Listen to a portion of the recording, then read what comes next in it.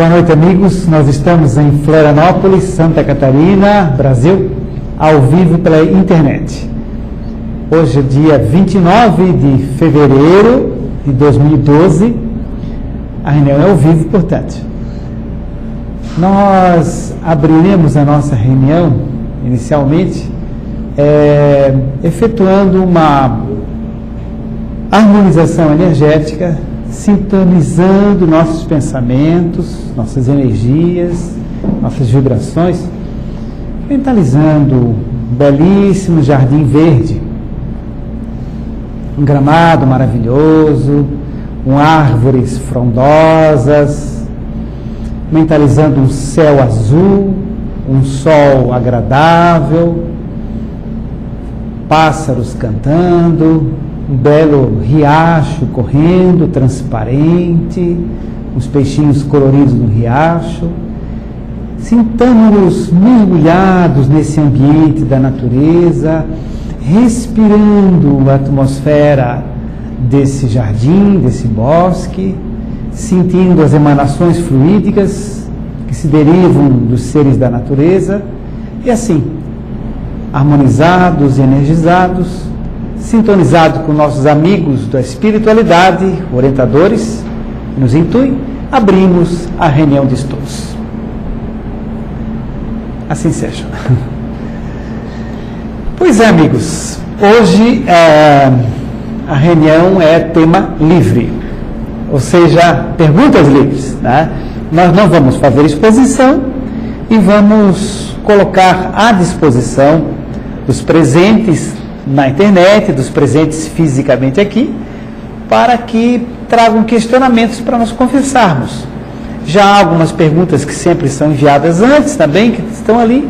Se não houver necessidade, nós não as usaremos, né? Vamos dar preferência ao pessoal que desejar perguntar sobre mediunidade, sobre reencarnação, sobre animais, sobre vida em outros planos, troca de energias, chakras, enfim. O que acharem interessante conversar, questionar, nós, família, casamento, uniões, sempre a resposta será dada de acordo com a doutrina espírita. Essa é a proposta da reunião, né? E outras pessoas podem participando também nas respostas, se quiserem depois.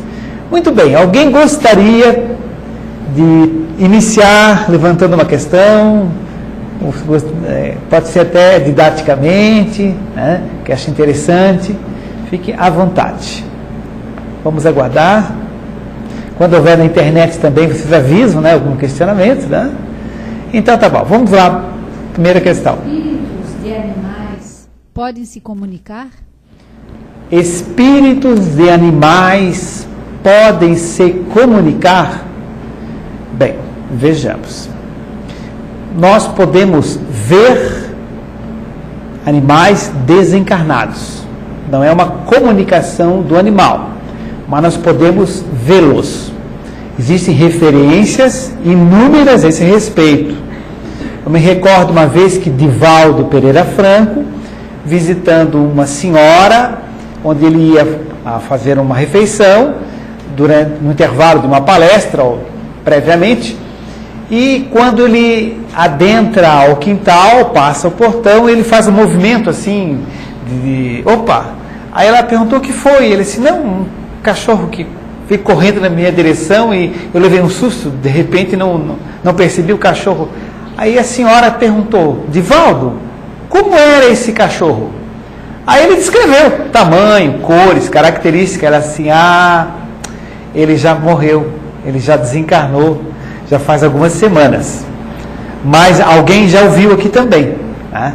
Então é possível sim que os animais permaneçam, às vezes, no nosso ambiente, né, na residência, ou no local, né, onde existem vínculos afetivos, energias que os ligam, que os prendem afetivamente, né? Então, permanece algum tempo ali. Depois, então, os animais costumam reencarnar rapidamente. Não é como o ser humano, que leva muito tempo para desencarnar, porque os animais têm um corpo astral, perispírito seria o equivalente, né? Eles têm um corpo astral de uma organização mais densa. Significa que o corpo astral dos animais, os componentes, as unidades do corpo astral deles, as moléculas vibram mais lentamente. Moléculas sim, porque no corpo espiritual existem tecidos, células e moléculas de outra dimensão, mas são moléculas também. Essas moléculazinhas, elas vibram mais lentamente, elas têm menor vibração, certo? Então, vibrando mais lentamente, gastam mais energia rapidamente. Isso leva a um torpor, uma sonolência, e o animal é encaminhado pelas equipes que trabalham com os animais para a reencarnação mais rapidamente. Bom, com relação ao animal se comunicar, só para deixar claro, um animal não chega numa sessão mediúnica e diz, ó, eu sou o Rex, etc. Não, isso não acontece, tá? Não acontece mesmo, né? Só porque, para tirar dúvida, alguém lá na internet pode estar escutando, uma criança está escutando e está imaginando isso, né? Não acontece, o animal não se comunica, não dita mensagem psicográfica, nada disso. Aliás, sobre isso, tem no Livro dos Médiuns um fato muito interessante, que entre aspas, a comunicação de pintacilgos, entre aspas, vou explicar por quê. É que uma pessoa contou para o Kardec, está no Livro dos Médiuns isso, tá? Uma pessoa contou para o Kardec que no grupo onde ele estava, houve uma comunicação dos pintacilgos. Ele disse, mas como é que foi isso? Bom, aí a pessoa contou a história.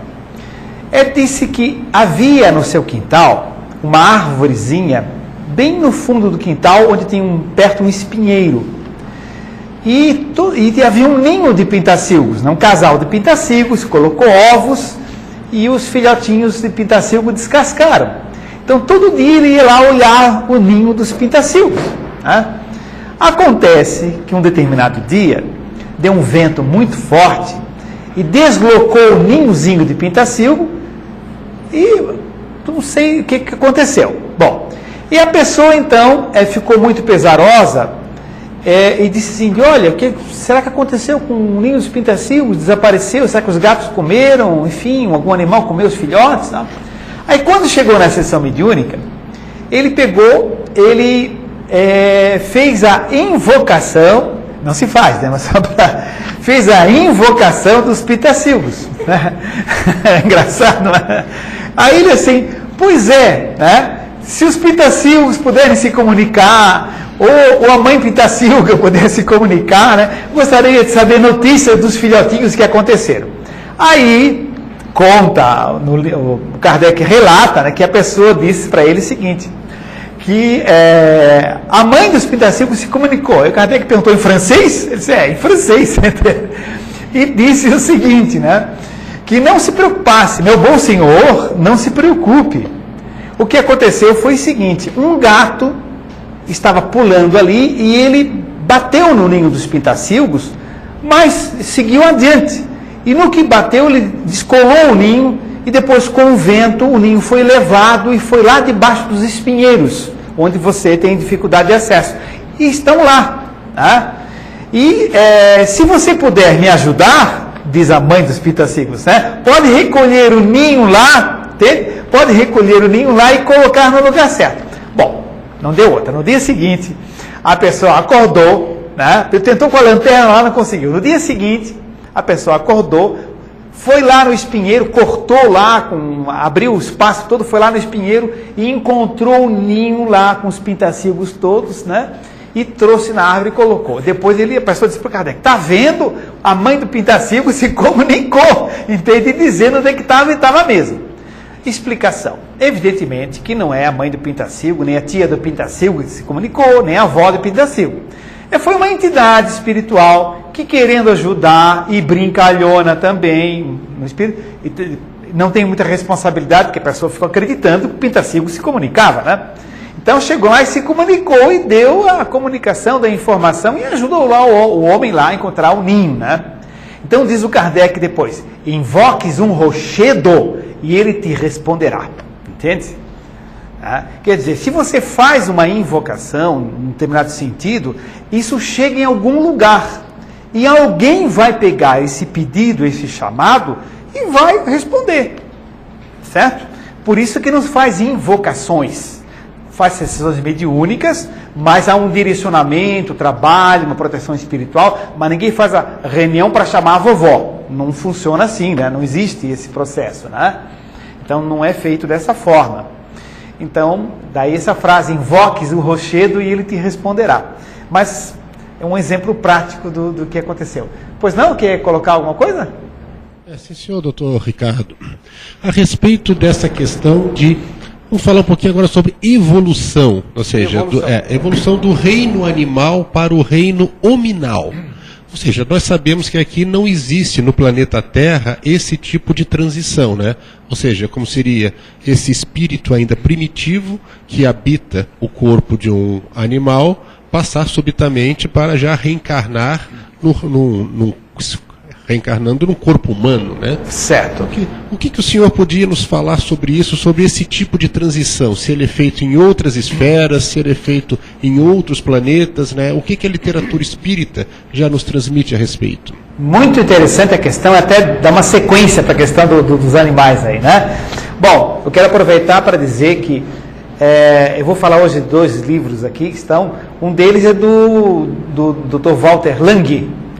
O nome dele é Valmor, desculpe, Walter Lang é o tio da minha mulher.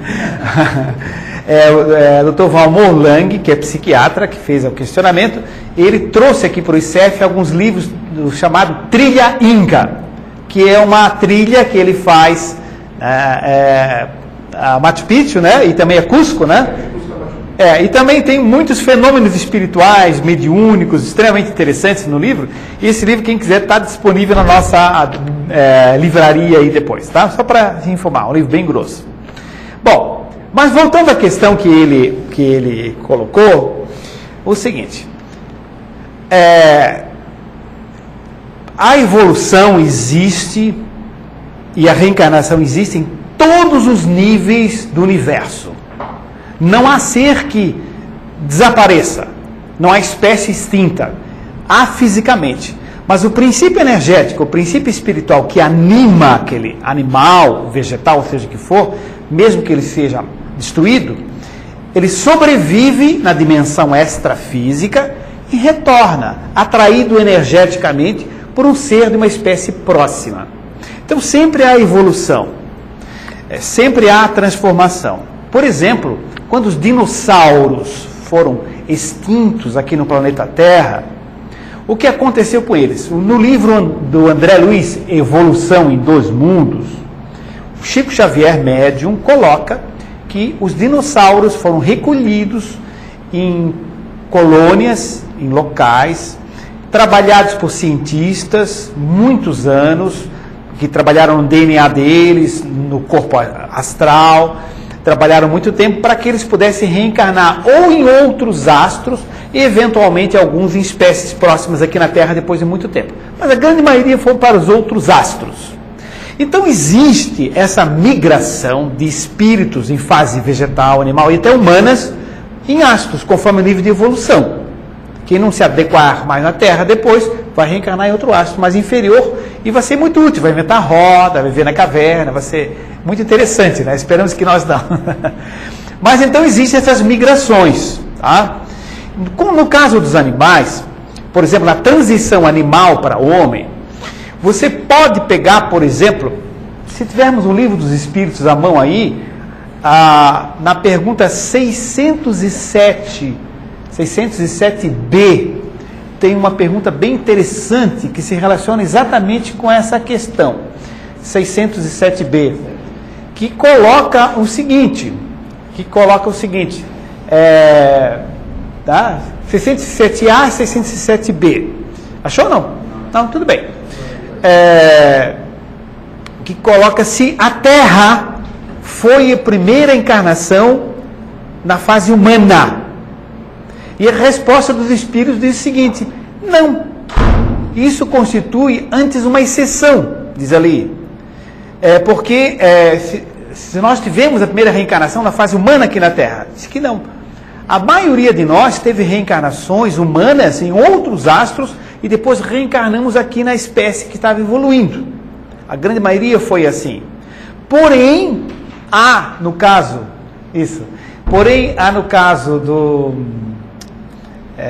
Tem aí? Então lê para nós. Então lê a 607B. Vou ver se eu não errei o número. 607B.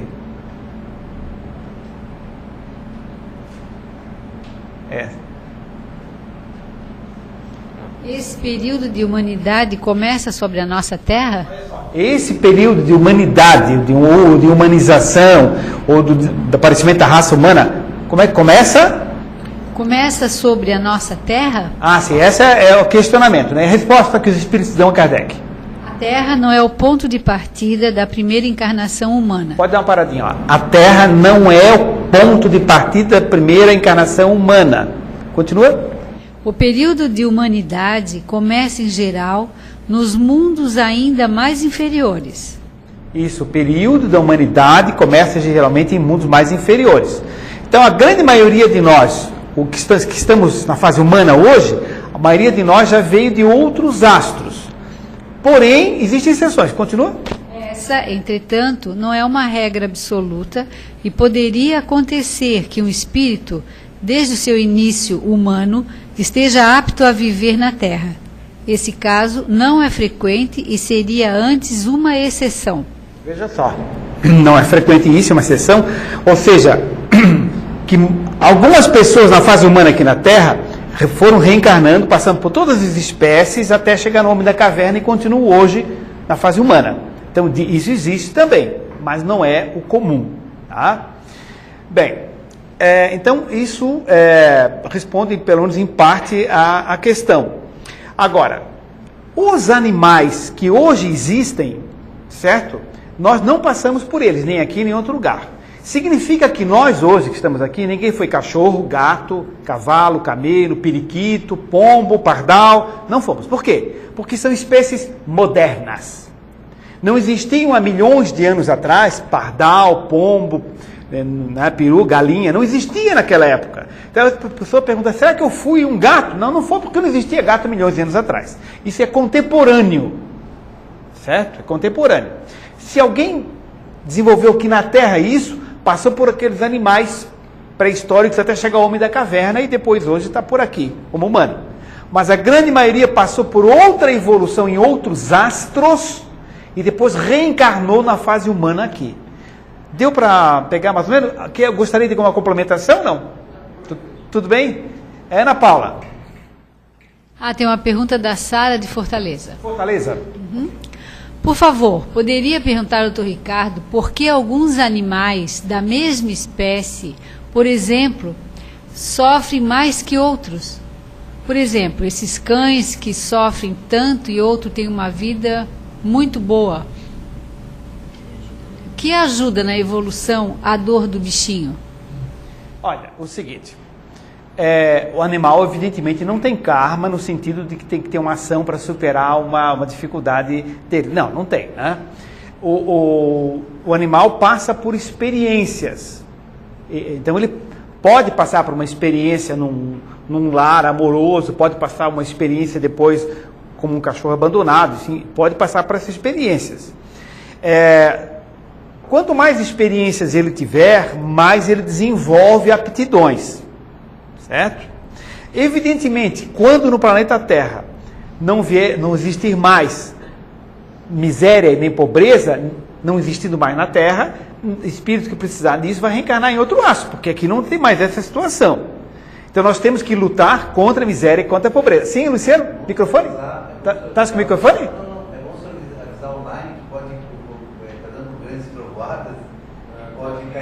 Tá, mas o pessoal não ouviu, né? Ele está dizendo para mim avisar online que, porque ele está sem microfone agora, que está dando uma trovada aqui, pode ser que caia daqui a pouquinho a internet. Pode ser, né? Vamos ver. Mas continuando o seguinte, nós estávamos falando, então quando não houver mais miséria, então nós temos que combater, não os miseráveis, mas combater a situação para que não haja miséria. Também nós temos que evitar que existam animais abandonados, etc, maltratos dos animais. É nossa obrigação como ser humano isso. Mas enquanto existir, infelizmente, não por, digamos, por planejamento espiritual, mas por contingência da maldade, do desprezo do ser humano, existindo isso, infelizmente, reencarnarão seres ou espécies que precisarão passar por essas situações ou que aproveitarão essas situações para desenvolvimento de aptidões, certo? Então, deixando bem claro, não é que se cria desgraça para que alguém aprenda, não. Já que existe, alguém tem que nascer ali, certo? Já que existe a miséria, aquela mãe e aquele pai vão ter filho, alguém vai ter que nascer ali. Quem vai nascer, quem pode aproveitar a situação. O animal não tem... O microfone, porque o pessoal não consegue te ouvir lá. O animal não tem livre-arbítrio também, né? Então, por isso ele não... A questão que ela colocou é o seguinte, um animal não tem livre-arbítrio desenvolvido, mas ele tem incipiente. Ou seja, ele já tem um fragmento, uma fagulha de livre-arbítrio. Certo? Tem. Ele já tem um pequeno... Diz o seguinte, quer ver? O animal pensa fragmentariamente. O homem pensa continuamente. O ser humano ama, ele pensa continuamente e ama fragmentariamente. Vou ajudar alguém. Não é uma coisa normal, contínua, entende? Vou amar o próximo. Eu vou fazer uma caridade. Agora, nesse momento, atenção, 1, 2, 3, estou fazendo caridade. Né? Não é uma coisa constante, natural. Né? Então, ele ama fragmentariamente. Os anjos, no caso anjos aí, seres angelicais, não é anjo de asinha. Né? Os espíritos superiores, eles não só pensam continuamente, como amam continuamente.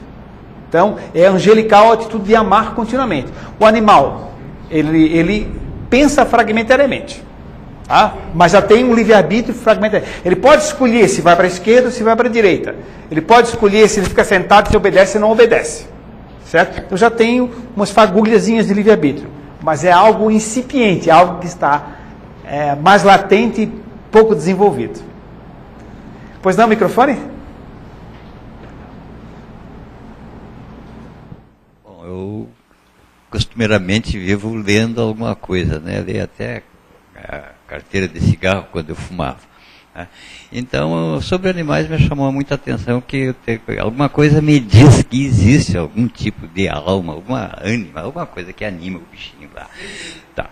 Então, em algum livro, que eu não sei quando nem onde, mas eu li, que os animais teriam um espírito mais ou menos coletivo, que seriam grandes espíritos evoluídos que tratariam os animais como uma coletividade, que seria uma alma comum, um espírito comum. Eu queria que o senhor, por favor... Olha, é o seguinte, sim e não, depende da fase. Então, por exemplo, se nós pegarmos, por exemplo, peixes, cardumes de peixes, eles são interligados energeticamente. Então, eles são individualidades, eles têm corpo separado, cada peixinho, e tem um princípio espiritual separado, cada peixinho. Mas são interligados pela situação de cardume, eles são interligados energeticamente, perispiritualmente. Então, eles têm o que se chama, entre aspas, alma-grupo. Alma-grupo. Então, por exemplo, eu gosto muito do exemplo da grama, que eu sempre uso, né, Luciano? Porque é fácil de compreender. Se você comprar 1000 mudas de grama em 1000 lojas diferentes e plantar no seu jardim, cada muda de grama é um corpo físico diferente e um princípio energético, um princípio espiritual diferente. Espera alguns meses, você não consegue mais separar o que de que, está tudo grudado e fundido. Fisicamente, a grama está unida. E ela está unida também energeticamente. Então, em termos de energia perispiritual, ou princípio espiritual, porque o animal e o vegetal não tem um espírito, tem um princípio espiritual. É a mesma coisa, espírito de bicho, espírito de planta, seria princípio espiritual. Então, o princípio espiritual delas, ele está unido, como que fundido, embora seja individual. Você pode tirar um pedacinho, ela segue com sua energiazinha, certo? Então, isso que chama-se alma-grupo. Esta situação de alma-grupo, de princípios espirituais unidos, ela existe até a fase réptil dos lacertídeos. Então, o peixe tem, os vegetais têm, os crustáceos, etc. tem, entende? Mas na fase de lagarto, etc., então já há uma individualização. Já começa a formação da glândula pineal. Então, o processo daí começa uma individualização mesmo. Porque, de certa forma, o que eu supus que fosse verdade, ou pelo menos que eu entendi, que pode estar completamente errado, é que vamos supor dois bichinhos, vamos supor dois cachorros, um que teve uma vida muito tranquila, digamos assim, uma existência muito tranquila, com todo conforto, num belo lugar, e aquele que está com sarna, que está com fome, que vive na calçada. Todos eles desenvolveriam, ou acrescentariam no seu espírito aquelas experiências que iriam depositar na tal alma-grupo. Não, isso acontece no aquele que ainda é em alma-grupo. Na grama, no peixe e tal. Não, na abelha, certo? Na formiga, mas no cachorro não. O cachorro já não é mais alma-grupo, é individualidade. Ah, tá. E que eles iriam evoluindo ao ponto que, dado um determinado exemplar desse, um determinado espécime, ele já, digamos assim, já teria um nível evolutivo tal que ele pudesse se individualizar, passar. Isso acontece a nível, só para não confundir quem está ouvindo, isso aconteceria a nível dos lacertídeos, essa individualização. Daí para diante já é individualizado. Ok? Muito bem. Sim. Duas perguntas na internet, mas que não estão ligadas a esse tema. Não há problema. Não tem problema, né? Se quiser levantar alguma questão, fique à vontade, né? Vamos lá. É do Robson, do Distrito Federal. Brasília? Gostaria de saber a respeito de uma passagem bíblica sobre Saul, quando consultou a pitonisa em Endor. Alguns evangélicos dizem que ele foi punido depois por isso. Isso é verdade? Na realidade é o seguinte, o Velho Testamento, onde está inserido Saul, né? O Velho Testamento, ele é um misto de história do povo hebreu, certo? De lendas do povo hebreu, de fenômenos mediúnicos do povo hebreu, que eram interpretados, alguns de uma forma correta, outros de forma incorreta, certo? Pelo povo hebreu, né? Que não tinha nenhum conhecimento dessa área. Tanto não é que não tinha conhecimento, que até havia uma proibição de não invocar espíritos, né? Porque isso só faziam bobagem com isso. Não havia nenhuma, há milhares de anos atrás, né? Não havia a menor possibilidade desse intercâmbio com o plano espiritual, a não ser em situações muito especiais. Então, a nível de povo, se diz assim, não invocar os espíritos, né? Realmente não há condição. Então, evidentemente que se houvesse alguma... Punição não existe. Punição não existe na linguagem espírita. Existe consequência. Evidentemente que uma pessoa, ao consultar uma vidente, e se houver uma orientação equivocada, dada por um espírito que não seja de luz, etc., geram consequências naturais equivocadas. Porque sabe-se que não se faz consultas a pessoas que não têm a vivência e o profundo conhecimento da filosofia espírita, o que vende e comercializa, inclusive a vidência, né? A mediunidade, né? Isso é um risco, porque os espíritos se comunicam ali, muitas vezes dão informações que eles acham que é da cabeça deles, e às vezes estão profundamente erradas, né? Um caminho não é aquele, né? Então geram consequências, isso pode ser chamado como punição, não é punição, é consequência natural, né?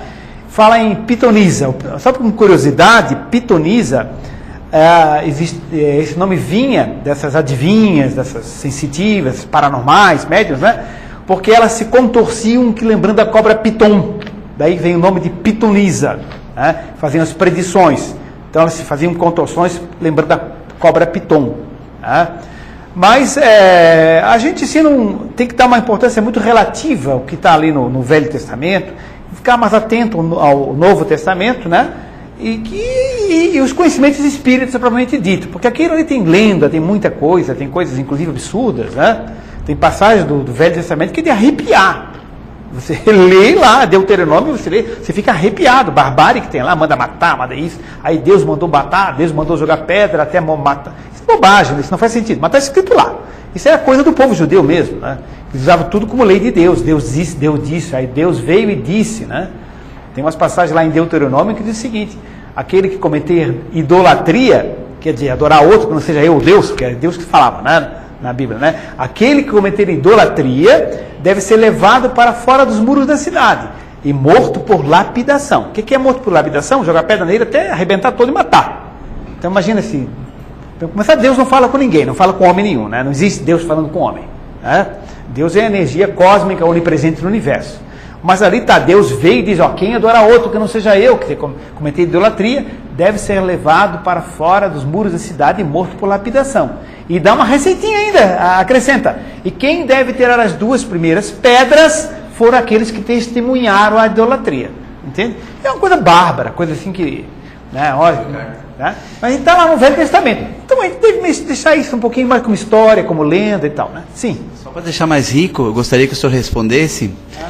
Então, quem falava isso às pessoas? Sim, muito bem lembrado, Luciano. Quem falava isso às pessoas? Quem falava isso às pessoas eram espíritos que se comunicavam ali, que davam orientações sociais, orientações higiênicas, orientações de conduta, orientações de honestidade. Então eram espíritos que procuravam conduzir aquele povo ignorante e violento, né? Conduzir o povo daquela forma, né? Então ditavam aquelas normas, né? Então muitas normas são normas assim, de higiene, de comportamento, disso e daquilo, de proibições. Então era tudo Deus. Deus disse, né? Deus disse, Deus proibiu isso. Deus mandou matar todos os filisteus e cortar todos os, enfim, coisas terríveis lá. Está tudo lá, né? Sim. O Robson continua perguntando, sim, agradecendo, né, a resposta, e ele gostaria de saber alguma coisa sobre os livros apócrifos. Sobre os livros apócrifos, né? Bem, existem duas coisas diferentes.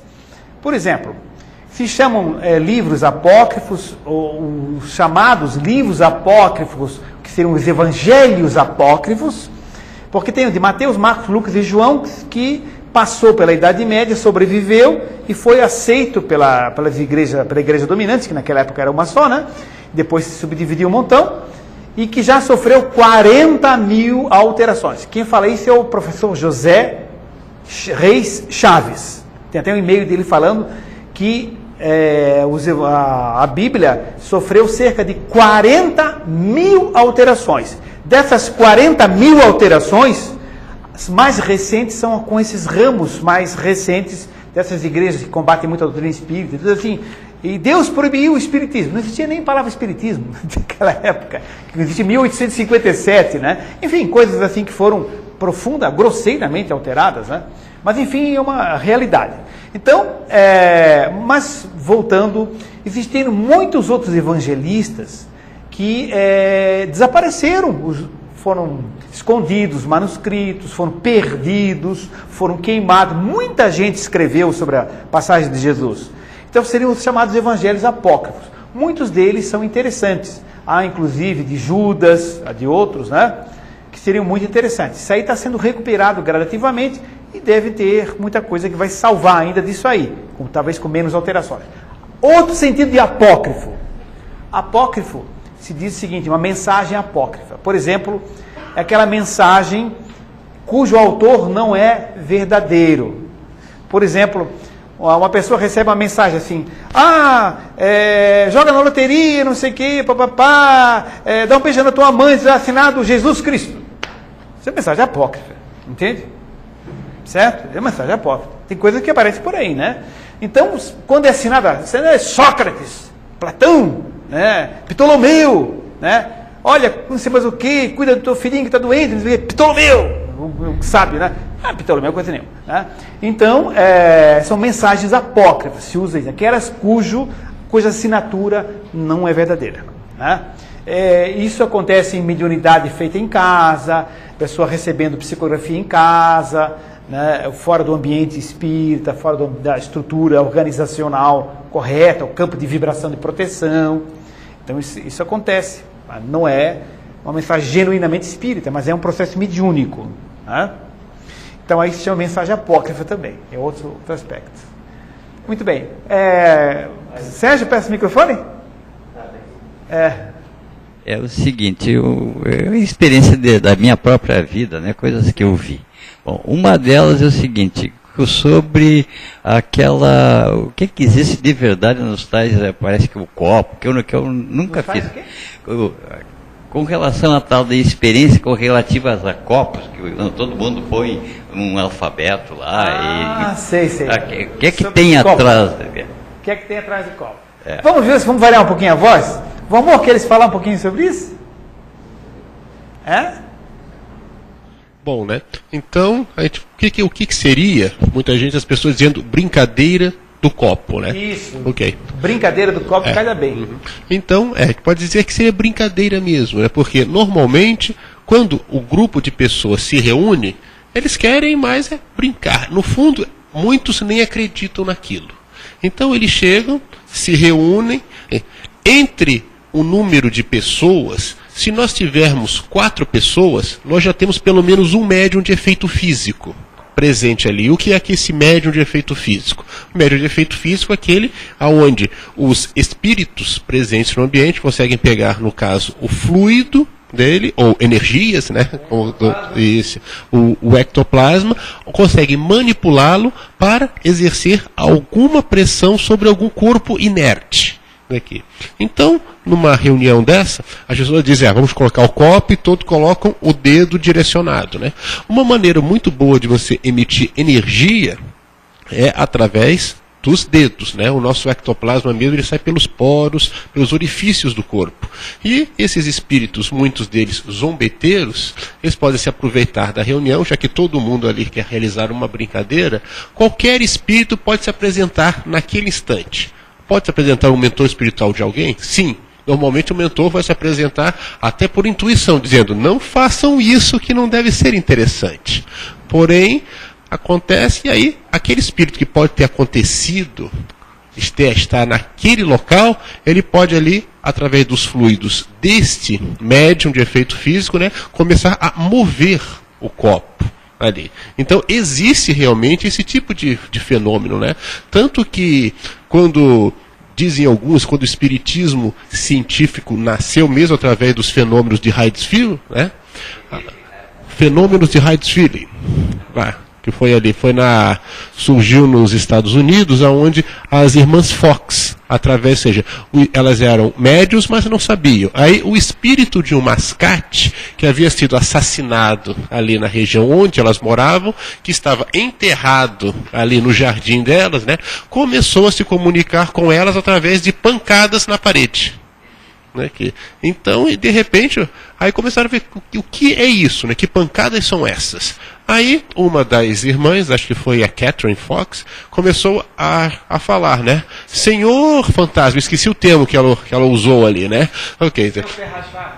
Isso é, por aí, né, acho que era isso, Senhor Pé Rachado. Pé Rachado. Senhor Pé Rachado, né, então, se você for homem, bata 3 vezes, um troço desse. Ele bateu 3 vezes. Pom, pom, pom. Assim, então, estabeleceram uma metodologia de comunicação. Porque estava lá, primeira comunicação oficial com os espíritos, assim, que foi registrada. Ele respondia por pancadas. E através disso, né, estipulou-se aí como se fosse um alfabeto, o número de pancadas corresponderia a tal letra. Ele deu o nome dele, disse por que estava ali, por que foi assassinado. Rosner, o nome dele. Charles Rosner. Então, Charles Rosner estava lá enterrado, que ele tinha sido assassinado e ele tinha uma maleta que deveria ser entregue. E tudo isso foi provado após, né? Tanto que ele repercutiu na Europa. Microfone, pessoal. Sala de Fortaleza. Eu acho interessante que isso vem. Hoje a gente fala muito de internet, não sei o quê, mas se todos nós pararmos para pensar o que foi feito com essa família, né, foi estabelecido um protocolo de comunicação que hoje os nossos amigos conhecem muito bem, né, que existem vários na internet, alguns bastante sofisticados, mas esse é legitimamente um protocolo de comunicação muito primitivo, mas é um protocolo de comunicação. Certo, mas voltando à questão dos copos ali, que como ele começou muito bem explicando, então o pessoal coloca um alfabeto, as letras de A a Z, o copo no meio e então se concentra e vai dirigindo o copo e monta as letrinhas.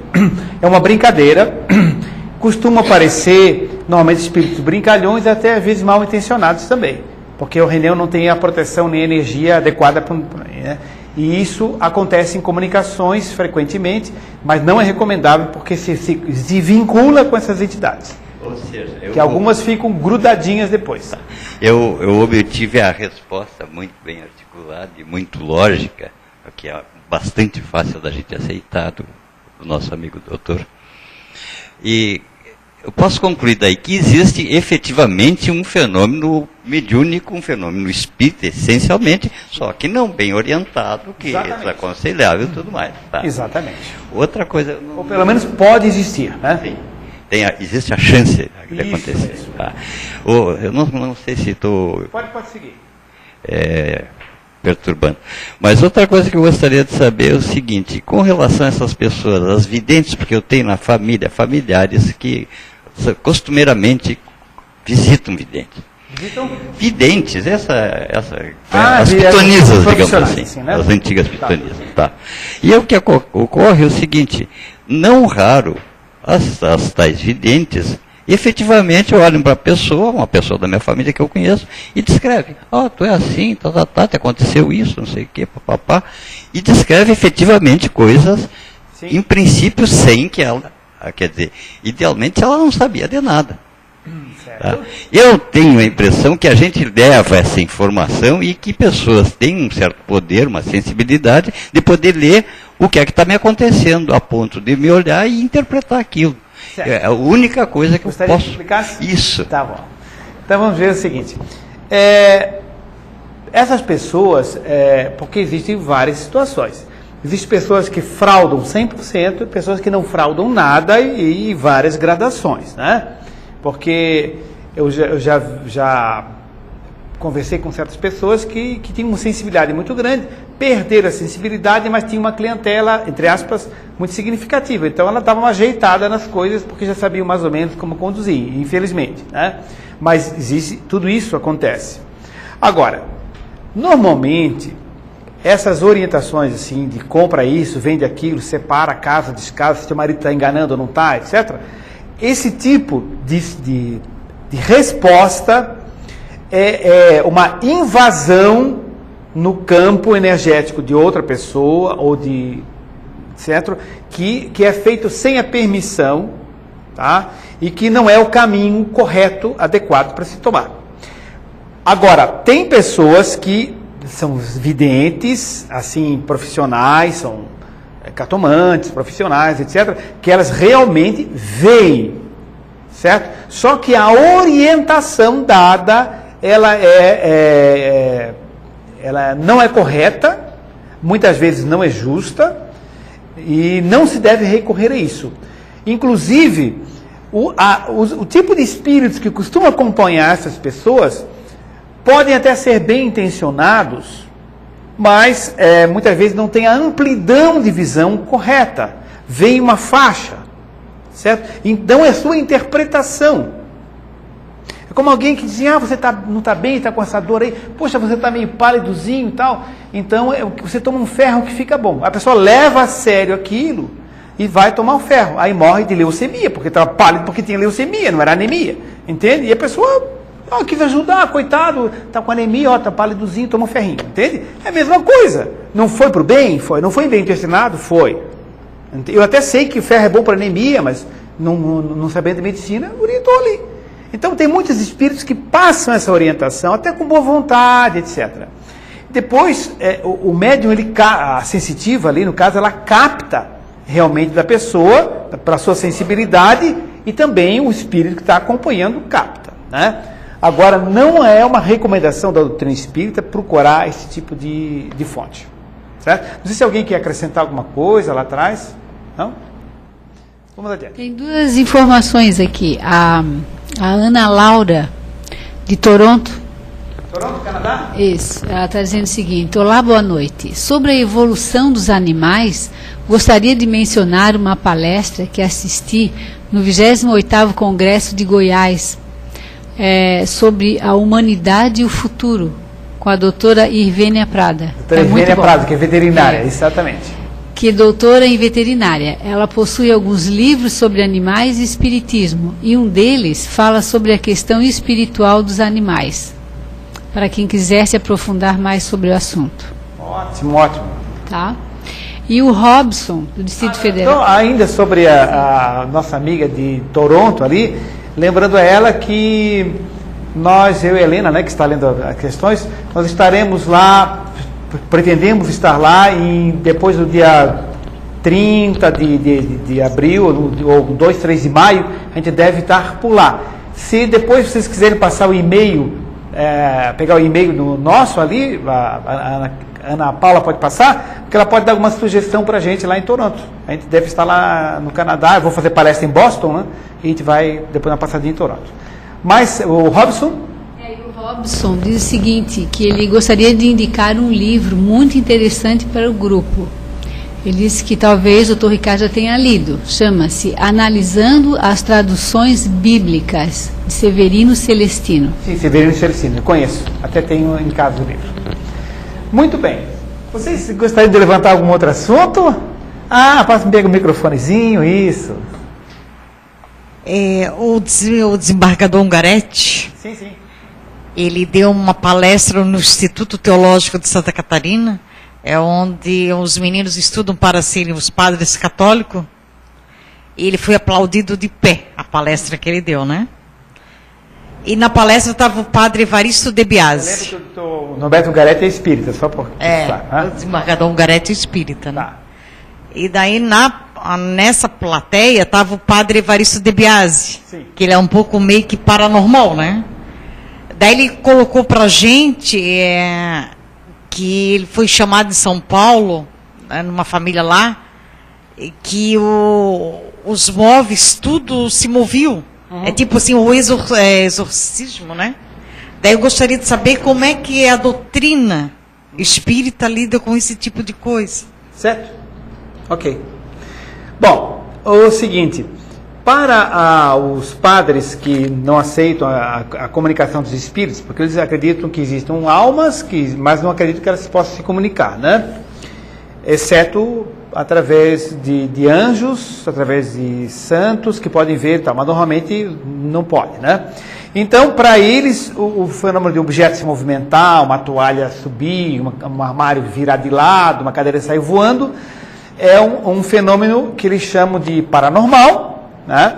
Do tipo psicocinesia. Então, os fenômenos paranormais estão divididos em vários grupos, tá? Fenômeno psicapa são duas letras, letra psi e letra capa. Então, o fenômeno psicapa é tudo que a mente age sobre matéria. Se eu me concentro e faço uma gotinha de água mudar de posição, é um fenômeno psicapa.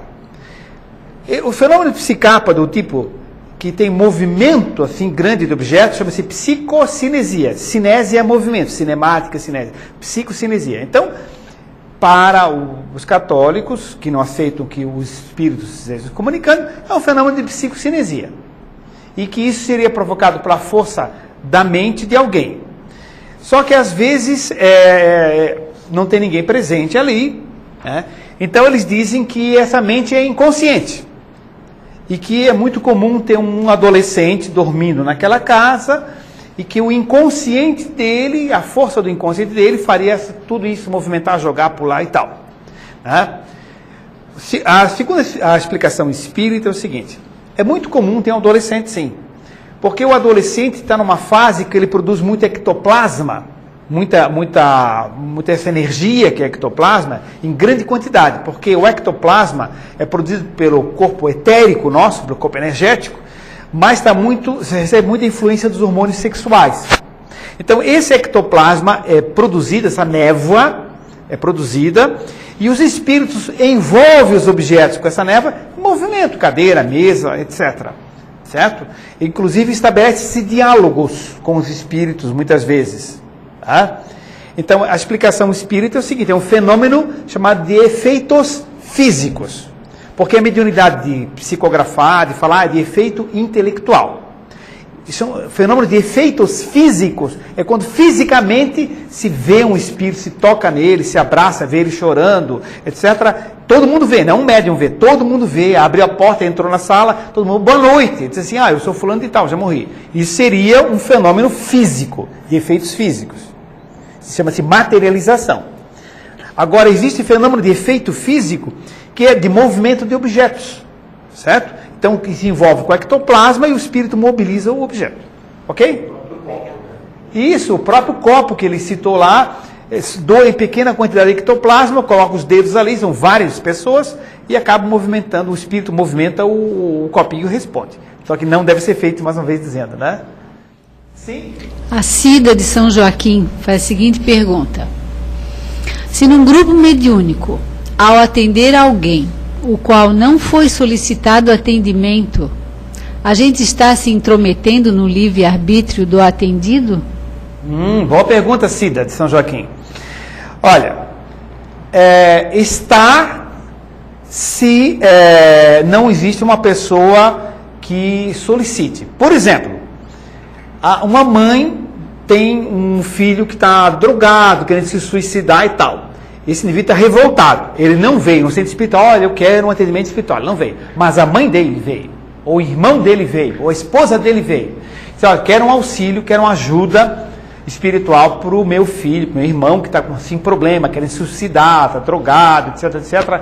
Então, aí se faz a sessão mediúnica, se concentra na pessoa, os médios se desdobram espiritualmente, vão até o local e fazem o atendimento. A pessoa pediu? Não. É uma invasão? Não. É a mesma coisa que alguém traz uma criança para vacinar, quer dizer, eu não quero. Então vou respeitar o teu livre-arbítrio se eu não toma vacina, tá? Aí ele morre de paralisia infantil, né? Porque você respeitou o livre-arbítrio da criança. Não. Você vai, você explica, abraça, beija, explica que é bom, não quer, você vai, toma vacina e pronto. Certo? É essa a postura séria de gente séria. Né? Então, muitas vezes, alguém tem que tomar a iniciativa. Agora não se faz, vamos ver como é que está a casa do fulano lá. Não, isso não. Certo? Não se pode. Né? Se alguém solicitou, senão é uma invasão do livre-arbítrio. Realmente não se pode ficar querendo na casa de um do outro para ver como é que está, não se faz isso. Então há uma orientação, uma solicitação nesse sentido, né? Então não seria livre-arbítrio, invasão, se há alguém solicitado. O pessoal usa muito no Missionários da Luz, né? Sim. Intercessão, né? Exatamente. Interceder por alguém, né? Interceder. Exatamente. Interceder por alguém. Lembrar. O Carlos de São Lourenço, Minas Gerais, pergunta: Dr. Ricardo, acha válido a mistura da obra de Jung, que eu gosto muito, com doutrina espírita? Não estaria havendo um exagero em algumas palestras? Eu já vi um palestrante espírita famoso interpretando sonhos segundo a linha junguiana, dentro do centro espírita. Pois olha, tudo depende, sabe? Tudo depende, e naturalmente a gente teria que assistir a palestra e verificar, porque se pode fazer as conexões todas com o fenômeno espiritual, né? Eu tenho, por falar em Jung aqui, eu tenho um capítulo aqui sobre isso. Eu vou aproveitar e divulgar. Chegou, dá um toque aqui, um close aqui, chegou a nova edição dos Faraós da Física Quântica, certo? Dos Faraós da Física Quântica, que é uma obra que é antiga, minha, mas eu refiz toda, está ampliada, renovada, com a parte dos egípcios está ampliada, né? Até terminando com a física quântica. E tem um capítulo que é justamente sobre Jung, né? Eu vou até dar uma olhadinha aqui no título do... Deu, Luciano? Eu posso tirar? Bom, então, que é o seguinte...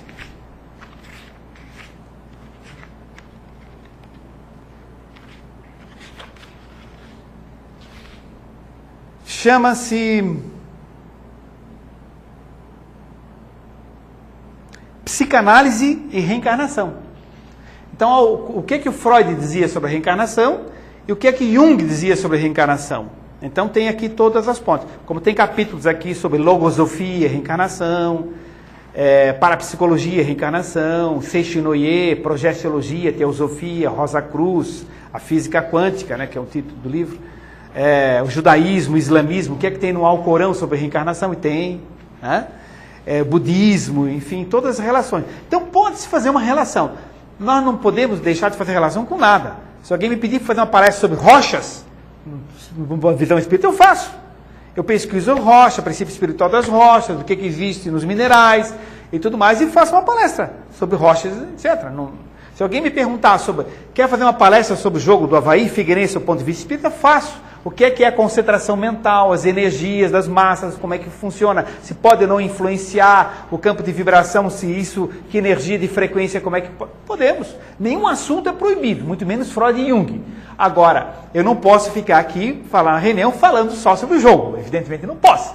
Eu também não posso pegar a teoria de Jung e ficar falando e fazendo interpretações só, sem fazer a ponte com a ciência espírita, filosofia espírita, ética espírita, etc. Então, nenhum assunto é proibido. Todos são bem-vindos, desde que se dê o direcionamento espírita, porque é uma reunião espírita. Certo? Agora, se eu estou falando na universidade, é diferente. Entende? Agora, dentro do nosso movimento, se dá aquela linha e faz sempre a conexão com o pensamento espírita. Né? Essa é a nossa postura, assim, né? Nossa recomendação. Eu não sei lá que o Carlos assistiu, né? Às vezes as interpretações são outras que não tem nada a ver com a nossa história, né? Aí eu não posso opinar, evidentemente, né? Geraldo diz assim, ó, aproveitando o tema, gostaria de saber se o judaísmo acredita em reencarnação. Judaísmo? Então vamos olhar aqui já. Que eu... vamos ler aqui, em capítulo grátis, diz ele. Maniqueísmo, judaísmo e reencarnação, página 43. Então vamos ver aqui alguns trechos, né? Judaísmo. Olha aqui, ó. Eu vou ler. Né? Ó, sabemos que o Velho Testamento é de grande importância para os judeus. Em que pese essa importância, esse livro poderia ser também considerado uma crônica da existência histórica do povo judeu. Aquilo que nós falamos antes. Como todas as escrituras sagradas, o Velho Testamento tem um sentido esotérico, ou seja, né, embutido, que está na Cabala, que significa receber. Cabala significa receber, como Apocalipse significa revelação, né? A origem da Cabala não está muito bem esclarecida. Alguns escritores e místicos, principalmente os europeus, argumentam que as verdades cabalísticas foram ditadas diretamente, entre aspas, por Deus aos mestres da Grande Loja Branca, a Grande Loja Branca, que seria uma fraternidade de homens espiritualmente muito elevada, mais elevada que o restante da humanidade. Os membros dessa fraternidade branca residiriam em vários planos, inclusive na Terra, na visão judaica. Os mestres da Grande Loja Branca teriam a tarefa de difundir, tanto quanto possível, os sentimentos de compaixão e sabedoria de toda a humanidade.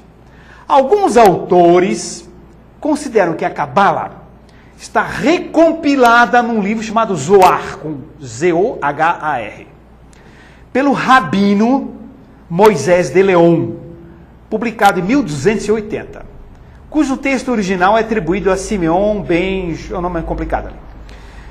Aqui tem do Zohar o seguinte trecho. Então, Zohar é o recompilamento da Cabala, que é o livro esotérico do judaísmo, certo? Recapitulando.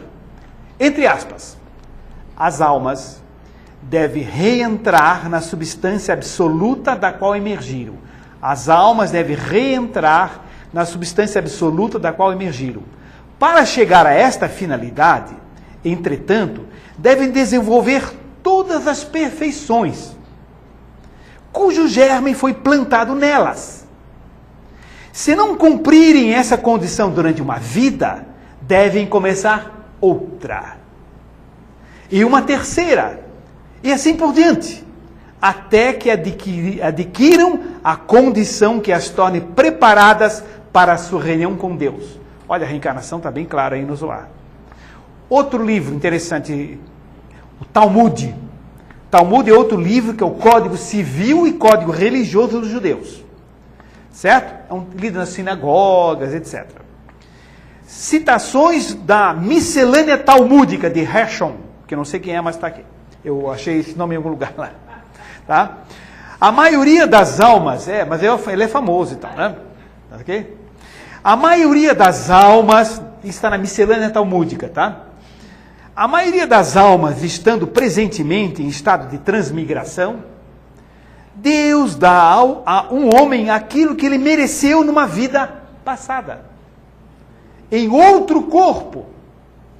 Aquele que deixa de observar qualquer dos 613 preceitos que lhe são possíveis observar, está fadado a sofrer a transmigração, uma vez ou mais de uma vez, até que realmente tenha observado tudo quanto deixou de observar num estágio anterior de ser. Então está aqui no Talmud, está aqui no Zohar, né? Outra coisa interessante aqui, quer ver? Na escola de Alexandria, o filósofo judeu Filo diz o seguinte: o espaço está repleto de almas. As que mais próximas se encontram da Terra descem para se ligar aos corpos mortais e retornam em outros corpos desejando viver neles. Olha, está cheio de citações aqui, ó. Diz aqui, ó, Menasses ben Israel. Esse é bem, o nome dele, Menasses ben Israel, né? Ele nasceu em Portugal, mas fundou a comunidade judaica britânica, inglesa, tá? Ele disse o seguinte, Menasses ben Israel: a crença na doutrina da reencarnação, ele é direto, a crença na doutrina da reencarnação ou transmigração das almas é firme e infalível dogma para eles, né? Dogma aceito por roda de uma assembleia de nossa igreja, unanimemente, de forma que nada exista que ouse negar isto. Na verdade, há um grande número de sábios em Israel que aderem à doutrina da reencarnação, fazendo dela um dogma, um ponto fundamental da nossa religião. Estamos, portanto, no dever estrito de obedecer e de aceitar esse dogma da reencarnação, por aclamação, pois a verdade dele foi demonstrada incontestavelmente no Zohar e por todos os cabalistas. Bem, eu não vou citar outros que fica logo. Mas aqui é o seguinte: o judaísmo oficialmente não aceita a reencarnação. Não aceita. Está cheio de filósofo judeu, tem trechos do Zohar, trechos do Talmud, trechos da Cabala que falam em reencarnação. Muitos filósofos judeus aceitam a reencarnação. Mas o judaísmo, eu falo com amigos, tem até um amigo médico que é adepto do judaísmo, você aceita a reencarnação? Não, isso não está no judaísmo, eles dizem. Como se perguntar para a maioria dos muçulmanos, também não aceita a reencarnação. Mas está lá no Alcorão, tem um montão de citações que eu peguei aqui do Alcorão falando em reencarnação. Está lá. Então, alguns filósofos que se aprofundam no islamismo, como sufis ou sufistas, adeptos do sufismo, leem o Alcorão, estudam o Alcorão e são reencarnacionistas. Eu já fiz palestra numa, como é que se chama? Taquira muçulmana. Fiz uma palestra numa taquira muçulmana, fiz descalço, inclusive, né? Porque é obrigado a fazer descalço. E o coordenador da taquira era reencarnacionista e eu fiz a palestra sobre reencarnação. Certo? Então existe, agora, o muçulmano, de modo geral, não aceita a reencarnação, como o judeu, de modo geral, não aceita. Mas tem bolsões de estudiosos que, baseado nos livros sagrados deles, aceitam. O Carlos quer saber se na Mega Livros ele encontra esse livro. Na Mega Livros? Olha, é da editora Intelitera. Se ele quiser, a nossa livraria pode enviar pelo correio para ele, tá? Para Minas Gerais. Eu não sei se na Mega Livros tem, essa informação não sei. Ele saiu, eu recebi ontem à noite, né?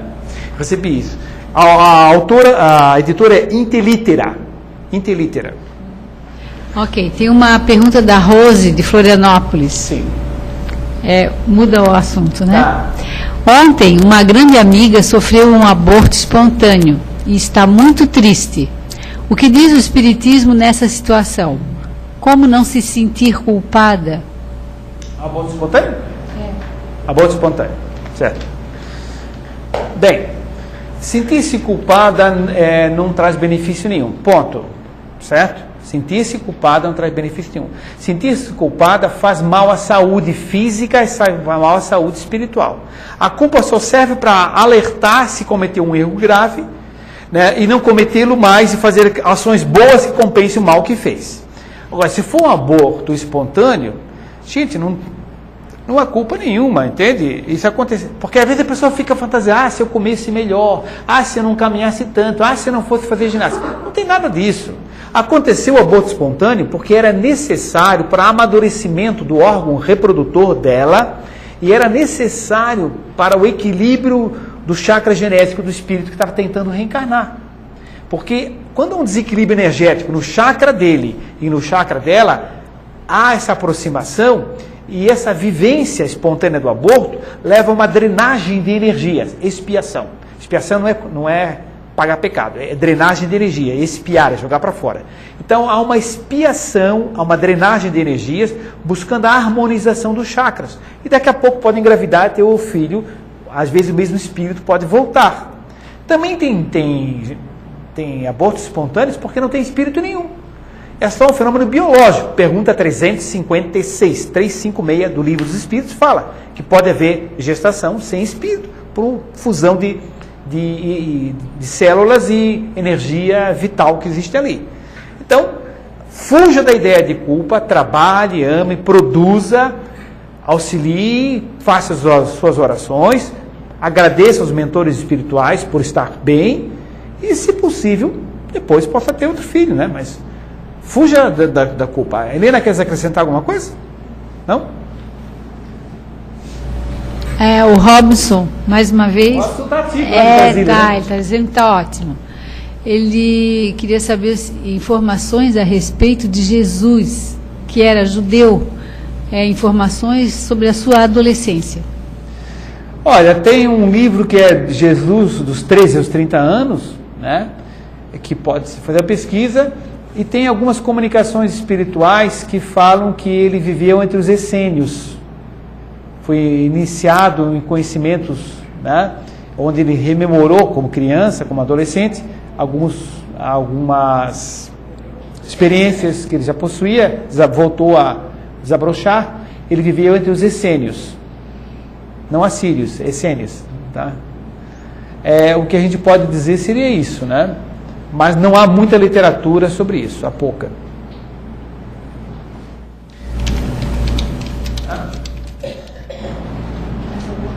Mais alguma pergunta da casa aqui? Gente, gostaria de levantar alguma questão? Vamos adiante? Então tá, vamos ver mais alguma daí. Por que os bons espíritos não resolvem os problemas da humanidade? Seria muito bom. Por que os bons espíritos não resolvem os problemas da humanidade? Porque eles são na humanidade também, certo? Daqui a pouquinho eu estarei do lado de lá, espero que não tão um pouquinho, né? Mas daqui a pouquinho estarei do lado de lá e não vou resolver o problema da humanidade. Então, a humanidade são os mesmos espíritos que reencarnam e estão com as suas dificuldades. Eles intuem, jogam energias, quando se faz sintonia com eles, se entra no www Bom Espírito, né? Então eles conseguem jogar as energias para a gente. Mas eles não têm poder nenhum de modificar as coisas que estão acontecendo. Nem Deus tem. Né? Porque senão Deus não permitiria que haveria barbaridades. Deus não interfere nas pessoas. Deus é o amor cósmico onipresente e imutável. Ele só é amor, é só energia. A gente se afasta dela, geram consequências. É o automatismo das energias da lei de ação e reação. Certo? Então, os espíritos não atuam especificamente mudando as coisas. Eles intuem, estão dispostos, amam, trabalham, estão disponíveis, mas não fazem o trabalho. A gente tem que reencarnar, aprender, superar o problema. Né? Não é função deles. E, para acrescentar, também, por que eles fariam, qual seria o nosso mérito? O que nós aprenderíamos, o que nós seríamos melhores? Muito bem lembrado pelo Luciano, né? Porque não teríamos mérito nenhum, imagina, né? A gente tem que vencer os nossos problemas. Né? Eu me lembro que um dia um amigo meu, que nós éramos garotos, estudamos o vestibular, eu estudei 24 horas, dia e noite, assim, dormia, estudava, acordava, sempre, né? E os dois, eu e o outro, passamos no vestibular. E um que de vez em quando estudava com a gente, ele não passou no vestibular de medicina. E ele era espírita também, esse outro, os três eram. Aí, um dia ele perguntou para um amigo espiritual, né? Puxa, então eu não passei no vestibular porque eu não reencarnei para ser médico? O espírito, não, porque eu não estudasse, só por isso. Né? Então, essa ideia de transferir para os espíritos não funciona. A Fátima de Fortaleza. Fátima. Ela quer saber se uma obsessão pode levar à paralisia parcial de um órgão, no caso, perna, já que os exames e pareceres neurológicos nada encontram? Bem, se há uma paralisia, teve uma moça que depois quiser acrescentar algo, se há uma paralisia ali, ela primeiramente ela pode ser psicológica, certo? Às vezes a pessoa imagina esse paralítico, não consegue movimentar, é um fenômeno chamado histérico, confere? Fenômeno histérico, né? Então às vezes a pessoa se imagina paralítico e não é. Depois, numa certa situação, ele volta a ter movimento. Existe também doenças neurológicas que dão paralisia, doenças psiquiátricas, doenças diversos níveis que dão paralisia. Agora, muitas, eu canso de atender gente que diz assim, olha, o meu filho tem um problema, ou minha esposa tem um problema que os médicos não descobrem. Eu vejo, está ali o diagnóstico, está tudo, é que a pessoa não aceita, não entende, às vezes a linguagem é difícil de comunicar. Uma vez um médico me ligou, assim, um colega meu cliente de trabalho, assim, tu falaste para um cliente que ele tinha verme na urina? Deus me livre, não ia falar verme na urina. Não, um cliente aqui veio aqui mostrar um exame, disse que atendeu no plantão para o Dr. Ricardo e falou que tinha verme na urina. Eu disse, não, pelo amor de Deus, eu nunca dizer isso aí. Aí eu fui descobrir, que eu comentei para ele que tinha um germe, bactéria.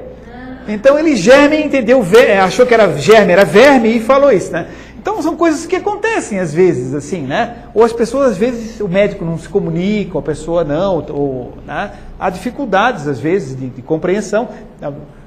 Os médicos não sabem o que ele tem. Está tudo escrito ali, um monte disso, tudo escrito, não sabe o que ele tem. Então, às vezes, é um caso desse, que a pessoa não conseguiu haver a comunicação ou esclarecimento. Mas se existe uma paralisia real, tem uma questão orgânica, sempre.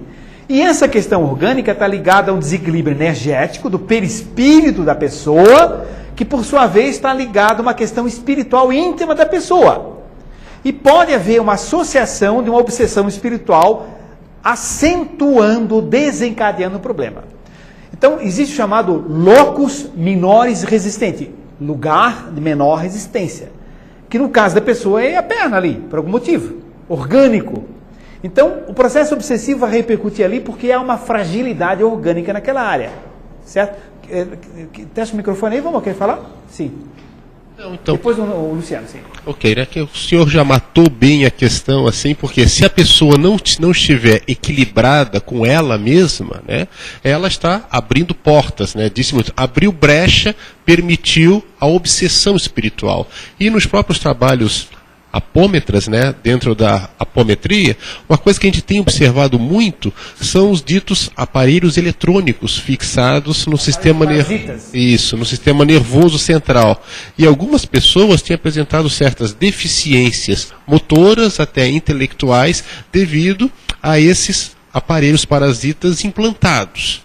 Mas e a gente aí surge o questionamento, mas como é que Deus permite, né? Eu falei, bom, não é que Deus permita a obsessão espiritual, né?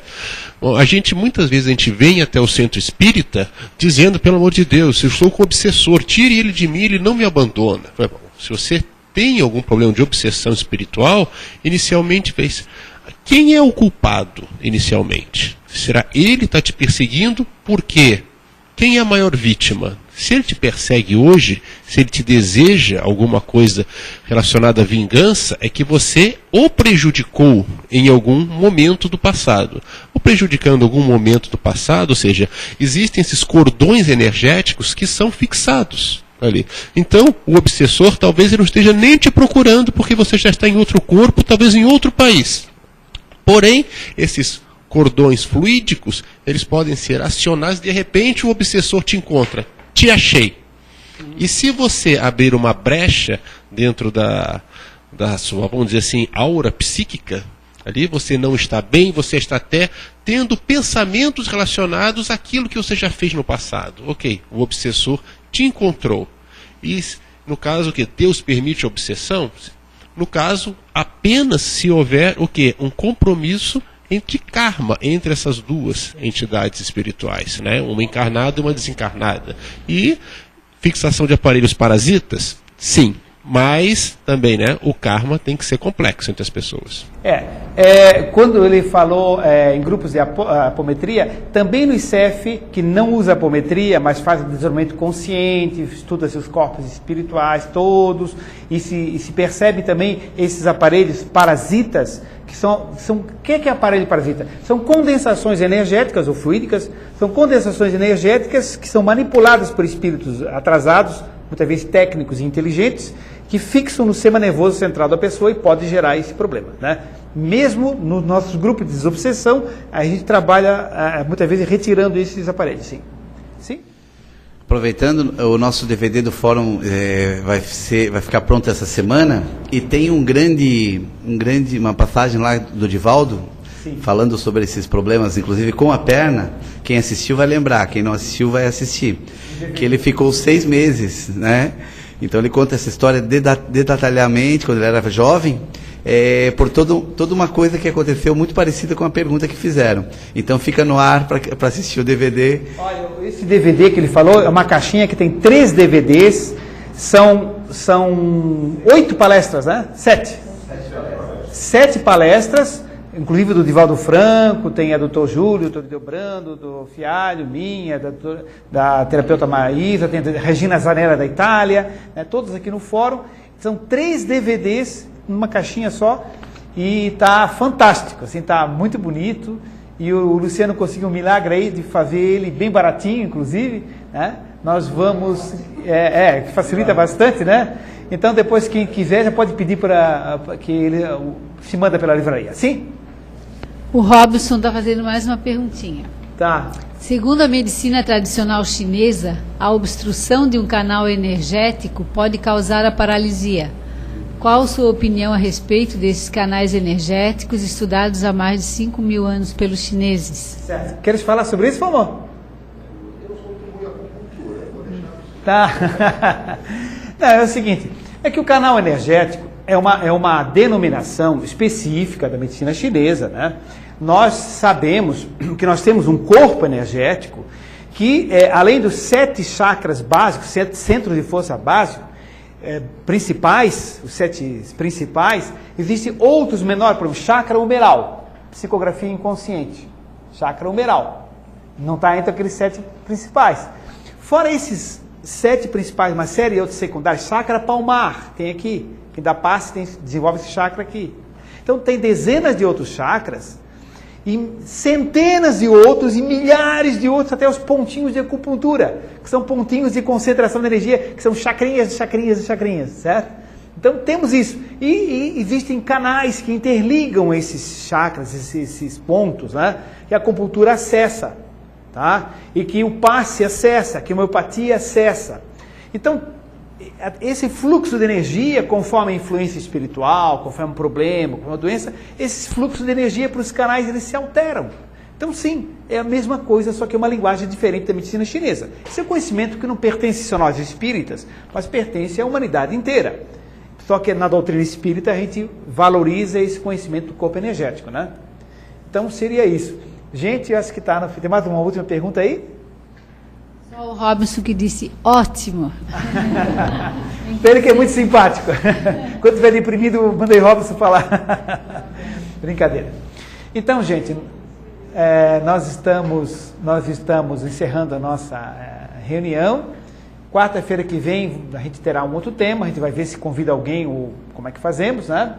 Dia 18 de abril, nós convidamos o Dr. Luiz Alberto Silveira, oncologista, para falar sobre a atualidade do Livro dos Espíritos, né? E cada semana temos um assunto diferente. Esperamos que possamos dialogar, ampliar nosso conhecimento. E a gente explicando, a gente aprende muito também, porque fósforo raciocínio é muito bom, né? Então, para encerrar, vou pedir para a Sandra fazer uma precezinha de encerramento, passar um microfonezinho para a Sandra. Onde é que está o microfone? Isso. Tá? Perdão, antes de fazer a prece, estou lembrando que quem está assistindo aqui de Florianópolis, domingo temos o nosso almoço de confraternização na Cojar, na Salão dos Idosos. Ok. Vamos agradecer pela palestra, pelas boas energias, pela harmonia que impera nessa casa, nessa sala, e vamos tentar levar conosco toda essa áurea de conhecimento, de elucidação das nossas dúvidas no aprendizado. Que tenhamos todos uma semana de paz e harmonia. Assim seja.